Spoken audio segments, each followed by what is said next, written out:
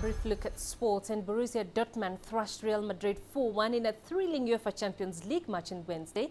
A stunning haul of 4 goals from Dortmund's top scorer Robert Lewandowski did the damage in Germany, and despite a customary Cristiano Ronaldo goal, Dortmund have a clear advantage heading into the second leg in Madrid.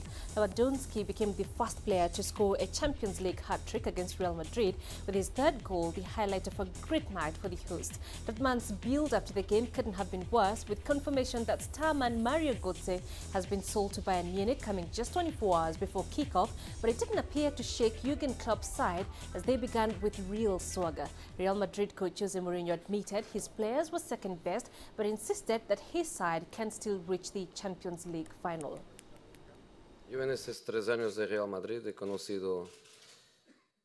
During the last 3 years since I've been at Real Madrid, I've met a lot of important people who can say much more about Real Madrid means as a team than Mr. Valdano. There's this myth that says that Real can't lose at the Bernabeu. I've learned this from a lot of people, but it is really the case. I've learned that everything is possible in football. It's not over yet. Anything can happen next week.